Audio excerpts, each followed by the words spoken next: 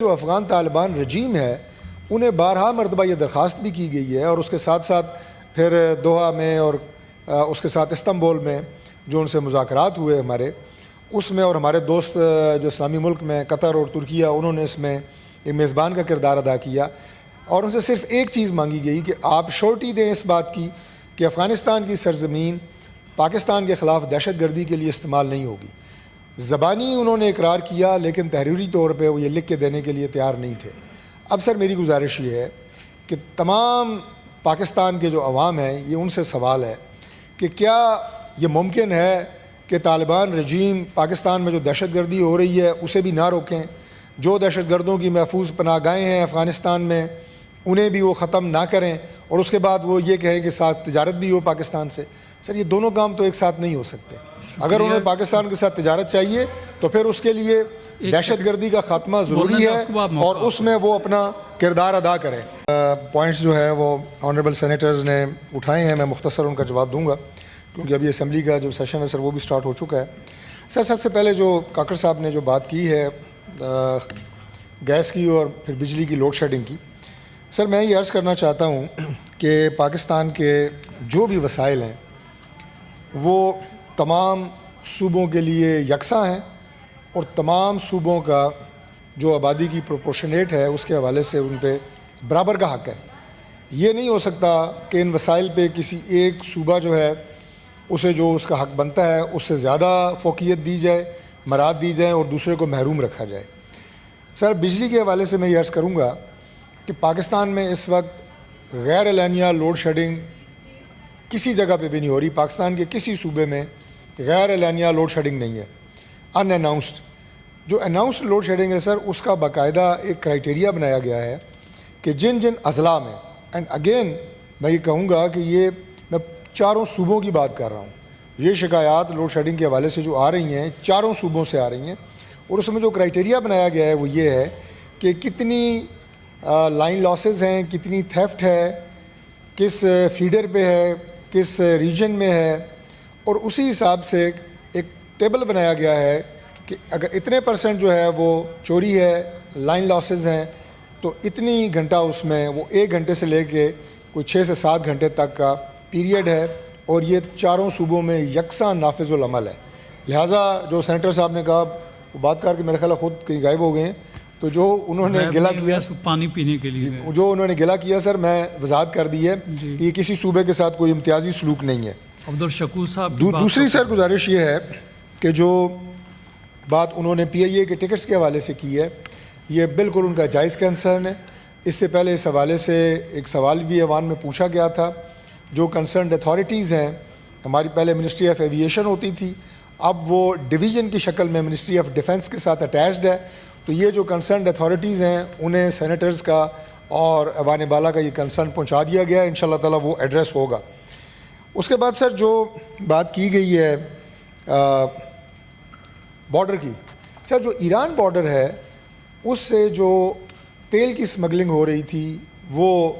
ان limited تھی، وہ بے تحاشا تھی۔ اس کو چیک کرنے کے لیے وہاں پہ ایک میکانزم جو ہے وہ انسٹال کیا گیا ہے کہ یہ سمگلنگ پاکستان میں ایران کے بارڈر سے نہ کی جا سکے، اور اس میں کوئی شکایات کی جا رہی ہیں کہ بارڈر بند ہے۔ سر بارڈر بند بالکل بھی نہیں ہے، لیکن اس سمگلنگ کی روک تھام کے لیے اقدامات کیے گئے ہیں۔ باقی سر ہماری پوری کوشش ہے، انہوں نے بلوچستان میں آنریبل سینیٹر صاحب نے ان امپلائمنٹ کی بات کی ہے، بلوچستان کے نوجوانوں کو فیسیلیٹیٹ کرنے کے لیے ہماری پچھلی گورنمنٹ ہو 2013 سے لے کے 18 تک جب پرائم منسٹر تھے نواز شریف صاحب، موجودہ گورنمنٹ ہو، تمام تر وہ اقدامات اٹھائے گئے ہیں کہ جس سے بلوچستان کی یوتھ کو انگیج کیا جا سکے۔ اس میں وہاں کی انہیں ایجوکیٹ کرنا دانش اسکولوں کے قیام کی شکل میں، وہاں پہ کیڈٹ کالج کے قیام، اس کے بعد سر جو بلوچستان کے اسٹوڈنٹس ہیں، یہ میاں نواز شریف صاحب کے دور سے میں بتا رہا ہوں، انہیں ہمارے جو میڈیکل کالجز ہیں ان میں، یہاں پہ جو انجینئرنگ یونیورسٹیز ہیں ان میں جو ان کا کوٹا ہے اس کی انہانسمنٹ، اس کے علاوہ اسپیشل کورسز اور ان کے تمام تر جو اخراجات ہیں تعلیمی وہ وظائف فیڈرل گورنمنٹ کی طرف سے دینے۔ یہ صرف بلوچستان کی یوتھ کے لیے تھا، چونکہ وہاں پہ ایک تاثر تھا کہ وہ یوتھ جو ہے وہ انڈر پریویلیجڈ ہے، اور انہیں ایجوکیٹ کرنا اور انہیں بہترین مواقع دینا ایجوکیشن کے، اس کے لیے یہ سارے اقدامات اٹھائے گئے۔ اس کے علاوہ آج آپ دیکھیں کہ بلوچستان میں آپ نے دیکھا ہوگا کہ پچھلے دنوں جو آپریشنز ہوئے دہشت گردوں کے خلاف،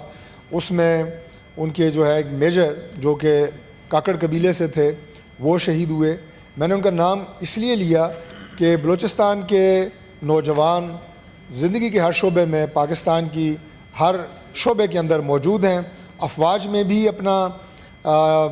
نام پیدا کر رہے ہیں, صوبے کا, اپنے خاندان کا قربانیاں دے رہے ہیں اس وطن کے لیے, لہٰذا وہ کسی حوالے سے بھی مین سٹریم سے سیگریگیٹ نہیں ہیں. اس کے علاوہ سر جو بات کی گئی افغان بارڈر کی, سر گزارش یہ ہے کہ افغانستان ہمارا ایک برادر اسلامی ملک ہے اور افغان عوام کے ساتھ ہمارے صدیوں پرانے اس خطے کے ایسے رشتے ہیں جو کہ توڑے نہیں جا سکتے اور نہ ہم توڑنا چاہتے ہیں. ان کے لیے ہمیں بہت عزت اور احترام ہے. لیکن سر جو افغان طالبان رجیم ہے انہیں بارہا مرتبہ یہ درخواست بھی کی گئی ہے اور اس کے ساتھ ساتھ پھر دوحہ میں اور اس کے ساتھ استنبول میں جو ان سے مذاکرات ہوئے ہمارے, اس میں اور ہمارے دوست جو اسلامی ملک میں قطر اور ترکیہ انہوں نے اس میں ایک میزبان کا کردار ادا کیا اور ان سے صرف ایک چیز مانگی گئی کہ آپ شورٹی دیں اس بات کی کہ افغانستان کی سرزمین پاکستان کے خلاف دہشت گردی کے لیے استعمال نہیں ہوگی.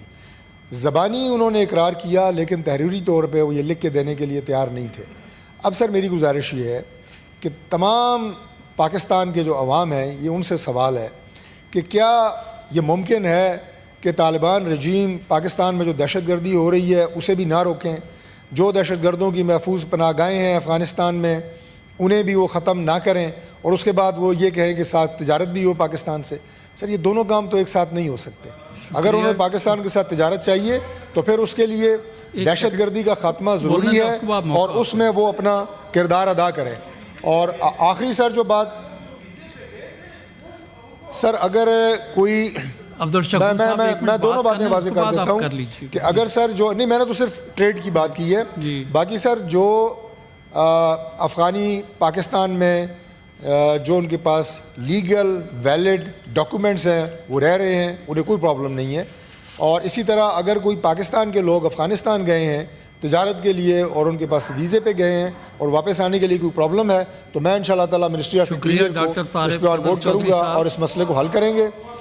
اور دوسرا جو آپ نے سینیٹر عبداللہ صاحب کے حوالے سے بات کی, یہ بھی جو منسٹر کنسرنڈ ہے انٹیریئر, میں انشاءاللہ انہیں گوشت ان کو بتا دیں گے. عبدالشکور صاحب بات کروا دیں گے. تھینک یو ڈاکٹر طارق فضل چودھری صاحب.